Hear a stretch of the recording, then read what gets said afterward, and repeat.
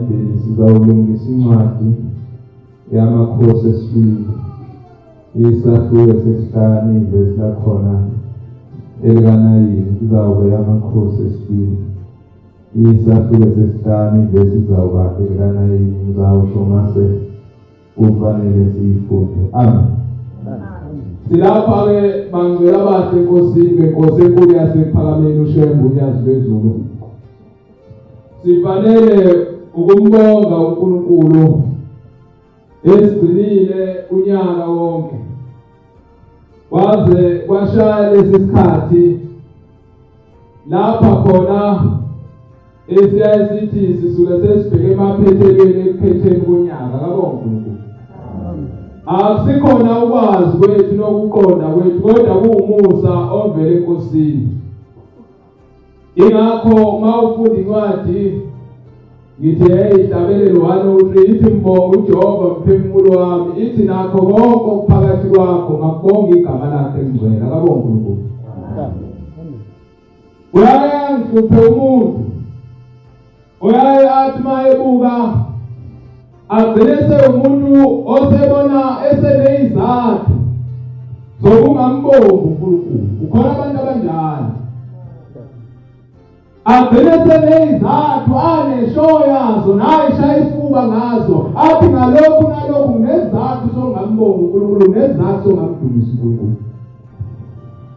Kodwa engithanda ukusho kwenkonzo ukuthi lona lo khona lapha enkonzweni kufanele akhumbule into eyodwa ukuthi lokhu anakho njengamanje kulesi simo akuso njengamanje kulokhu yena aweyayo lokhu athi ngane lokhu adakulutho ayikho njengamanje kufanele aze akhumbule ukuthi kusawumthandazo womunye umuntu. Lokho kudelelayo wena othi mawubuka uthi angisenaso izathu zokukhonza uNkulunkulu, angisenaso izathu zokumbonga, azi ukuthi lokho oyibona njengamanje kuwumthandazo womunye osathandazela khona. Wena kudelela kodwa omunye usathandazela ukufika kuleli zinga okulo wena. Ngoba nawe kufanele ukhumbule ukuthi nawe izolo lesi simo ukuso njengamanje besikade siwumthandazo wakho wabuza uNkulunkulu. uNkulunkulu usebenza ngey'kepha. Akabonga uNkulunkulu. Wabuza uNkulunkulu wayesefika lapho khona. Akusiyona-ke inkinga ukuthandazela isikepha esilandelayo, kodwa azi ukuthi la okhona njengamanje ufanele ukumbonga uNkulunkulu ngalokho nakho manje ngoba omunye akanakho.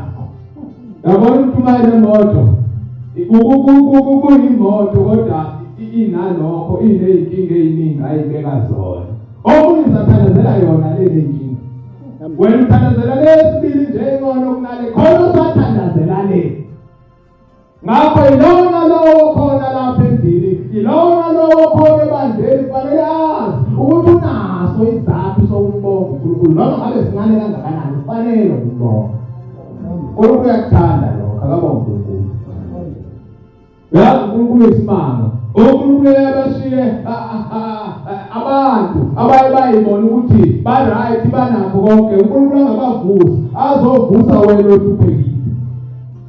Akuyeke umuntu nemali yakhe angavuki ekulaleni kwakhe, uzovuka wena othuphekile, wena okhalayo kodwa uNkulunkulu avusa wena. uNkulunkulu uyabiyeka umuntu ekholiwe, ekholwe kakhulu, kuthiwa maye enyakazisho ekuseni atholakale ehambile emhlabeni. Uzothi wena oyisolo osazazi ukuthi ukhona iy'khiso ophosela kuzona, uNkulunkulu avuse wena. Ngakho yilona lo unaso isizathu sokumbonga uNkulunkulu. Ayibonge inkosi. Ngoba khona ngisho izinto ey'ntathu ongahambi izwe lonke ngeke uyithenge lezi zinto esitolo, kodwa kufanele ukuthi uyicele uNkulunkulu. Into yokuqala lento ekuthiwa yi-appetite, ukuthanda ukudla nokuthanda into. Uyazi into yodwa ngeke uyithenge esitolo, ngisho nganemali engakanani. Uyabona umuntu enemali evuke ekuseni livula ifriji ligcwele liqhiqhima kodwa angabi nayo i-appetite yokuthanda ukudla. Kukho ulithola uhlanya lihluphekile, lingenamali, lingenalutho, kodwa uNkulunkulu aliphi i-appetite yokuthanda ukudla uthole ngibulula umqondo. Liyathanda wena unakho kodwa ukuthanda. Ngoba uNkulunkulu akakuphili i-appetite yokuthanda. Bonke kubiza ukuthi kufanele sicele uNkulunkulu. Ayibonge inkosi. Ngoba unganakho konke uNkulunkulu angisho ukuthanda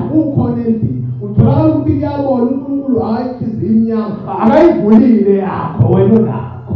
Kodwa lo ngenakho uyivulile yakho inhliziyo utholakale hambe bequlula imigqomo efuna bona lokho okugcwele ifridge lakho kodwa uNkulunkulu umphile ukuthanda akabo uNkulunkulu.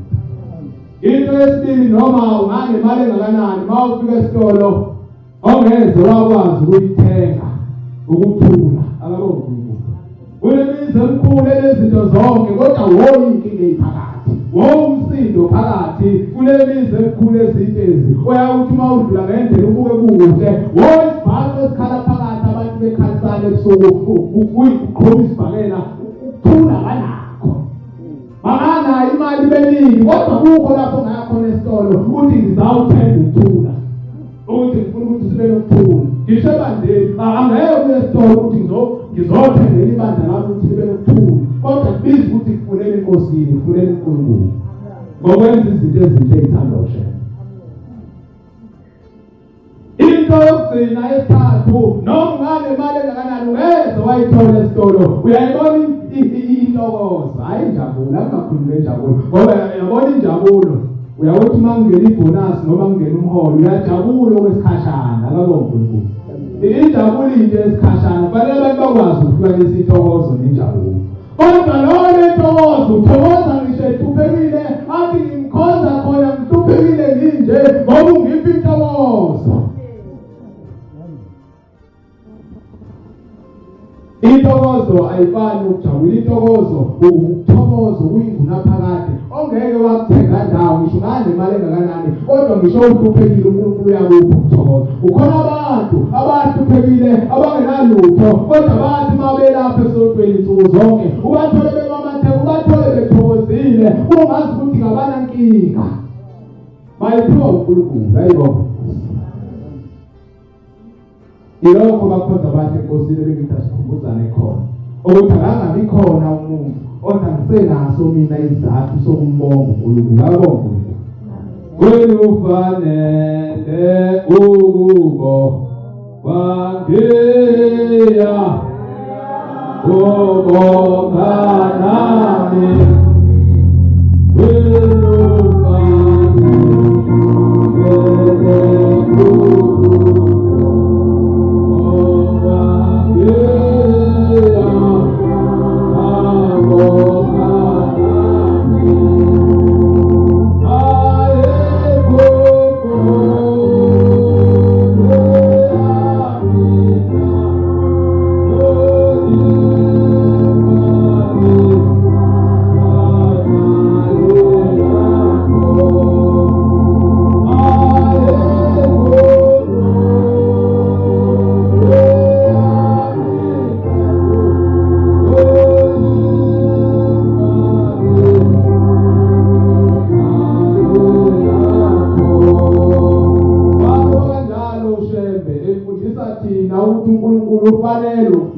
ufanele ukubonga ngezikhathi nangemzuzu. Akabonga uNkulunkulu.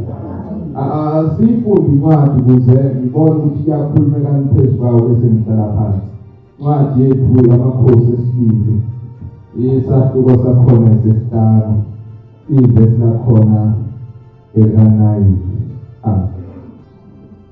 Weza uNamana namahashi. Ithi le ncwadi weza uNamana namahashi. Baba amahashi akhe nenqola yakhe nezinqola zakhe. Wema emnyango wendlu. Kuthiwa wayesefika yema emnyango wendlu ka-Elisha. kwakuyindlu yomprofethi Elisha. Elisha wathuma kuye isigidimi. Kuthiwa u-Elisha wayesethuma kuye isigidimi wayesethi hamba ugeze. uthi hamba ugeze kasikhombisa eJordani. Uthi uyawukuthi-ke inyama yakho ibuye ihlambuluke. Nkosi kusizela. Sifunda indaba lapha sifunda khona. Kwakukhona isikhulu esabe sisikhulu kakhulu emhleni yakwa-Israyeli. Lokhu kwanamhlanje mhlasimbe singasikhaza njengomuntu wayewukhomanda wamasosha ngoba kwakuyizwi laso eligcinayo. Uma sesikhulumile ukuthi siyahamba siwelela lapha ngaphesheya siyobulala kumele yaqhuma.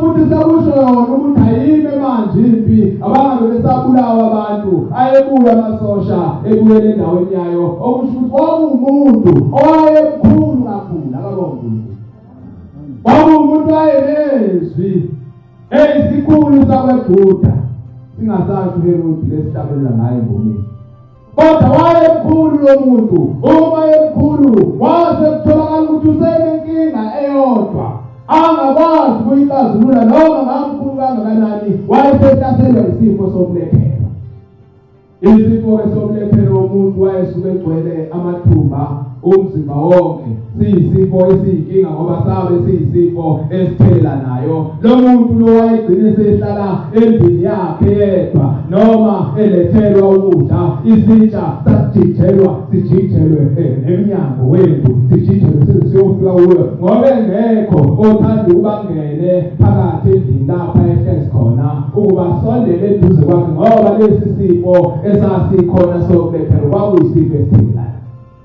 Uma sithelana lesifo wayesehlupheka kakhulu lo muntu emkhulu enakho konke ayenakho emhlabeni kodwa kwase kuthola ukuthi akukho lapho engathola khona ukusinda esebuza kubantu ukuthi ngingaya ngaphi ngingenze njani kwase kuvela umfana omncane owathi hayi khona mina engimaziyo Ukukhona mina engimaziyo okaJehova umprofeti Elija khona lapha ezweni elikude lapho sifunda khona ke uthi wayeseza uNamani namahashi akhe nezinqola nezikhulu zakhe zimphelezele emkhulu.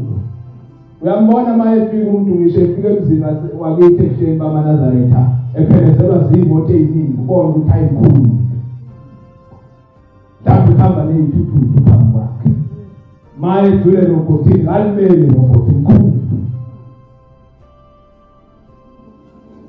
Wayesezake namahasha akhe lezinqola uthe mayefika lapho ezawufuna khona usizo emzini kaElisha umprofeti wayesefika khona uthe mayesefikile khona eselibika udaba lakhe elinde ukuthi uzawuphuma umprofeti Elija azomamkelanga nemkhulu angisikhulu mafike yena ufanele kuphikise lapha egcekeni ubonakala ukuthi ayisekhona umuntu omkhulu ofile ohlukile kunabanye kodwa utholakala umuntu kaNkulunkulu engaphakathi endlini sesifikile isikhulu sigcwele igceke kodwa wayesekhipha isigijimi akazi apho base kuphuma ingane angazi noma kwakuyinkosazana noma kwakuyini kodwa lapha ekhaya sinaso isigijimi esithi mase sifikile phambi kwenkosi enkulu yasephakameni noma ngabe umkhulu kangakanani kodwa yize yaphuma bangashiwo ngezulu ukuthi Buthoba sephuma isigijimi sesiphuma esithunywayo safika sathi-ke uthi ubaba ngikutshele ukuthi njengoba unoqhobo njengoba unjena hamba esuka lapha uye lapha emfuleni eJordani ufike khona uzothi uma ufika khona bese ugeze kasikhombisa mase ugezile kasikhombisa lolu bulephero nabo lolu qhobo nalo lizawuphela akazambona ubuso nobuso kwaphuma isigijimi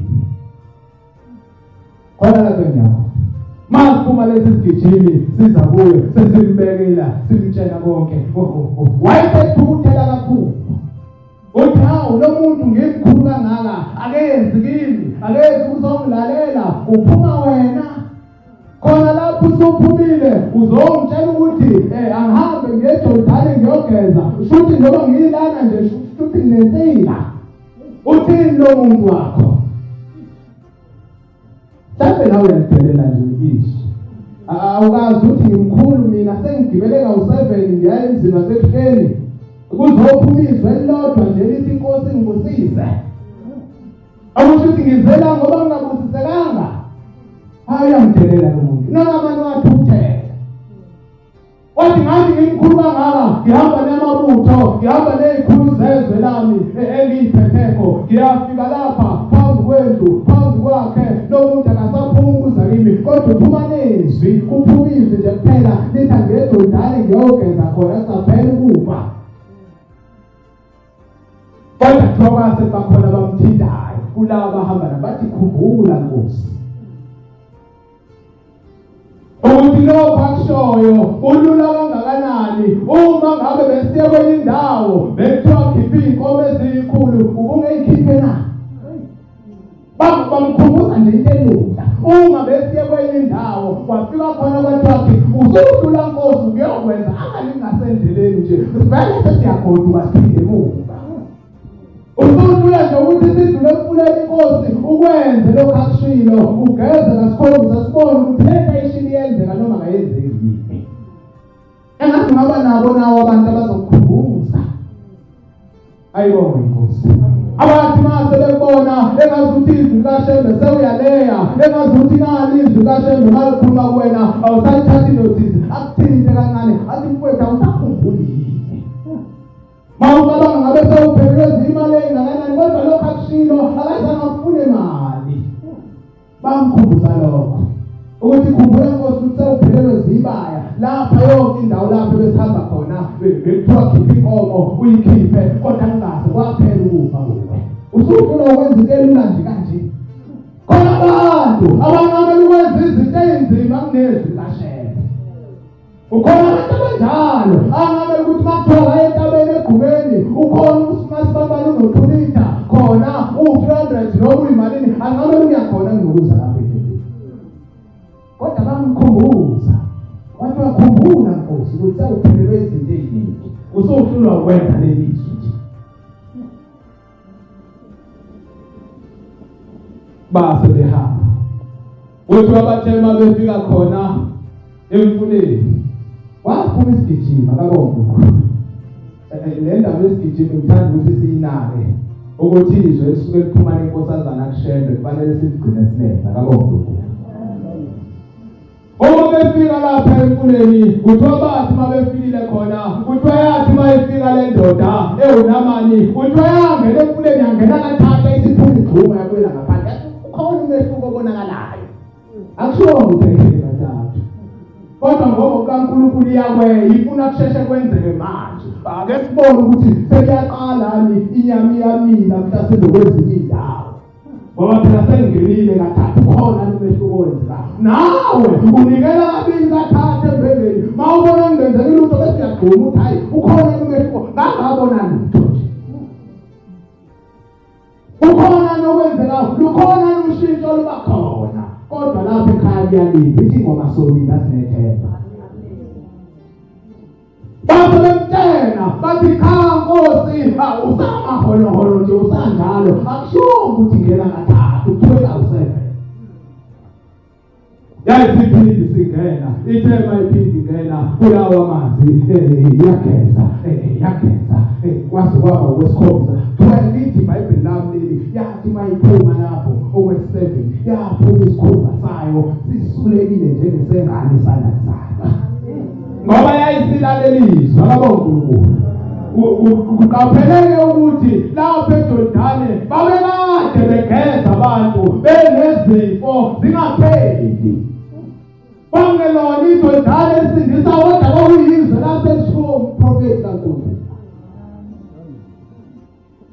iJordani lalungenani ulala kodwa mase kusho yena sekusho izwi lakhe kufanele siligcine silenza kabonke lapho sengizawuhlala phansi uyayikhumbula inkosikazi uma ifike enyangeni yezulu izobika umntanayo wayesegugile ucebo lwenkosi mayifika enyangeni yezulu imbika lo mntana wayo yathi inyanga yezulu yathi mmemeze wena wawungayidelela lelo zwi ukuthi ukuthi angimemezephi ngilapha phambi kwakhe endleleni ukugcwela abantu ngizawumemezaphi kodwa yayisikhumbula into yodwa lenkosikazi ukuthi loshoyo njengamanje akafani nami lento ayishoyo noma ngaba yikholakali noma ngabe idelelekile kangakanani kodwa ngiyenze ngoba kusho umuntu ongafani nami noPetro bakhumbuzana esefikile uKristu wathi faka namanethi lapha kanti basebemphikisa bathi yabona Nkosi kusukela izolo ebusuku kade siwafaka zeta sashona le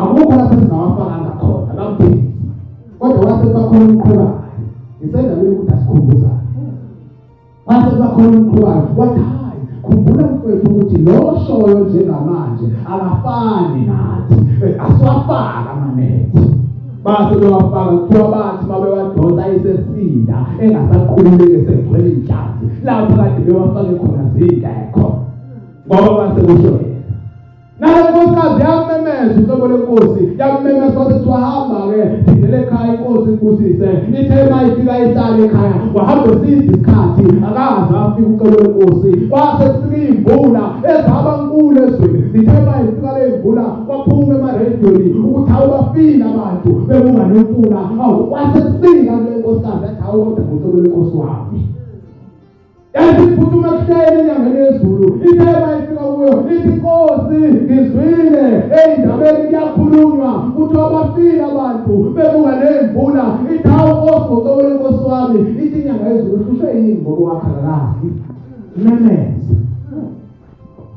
memeze yathi memeze hlobo lenkosi waphila wathi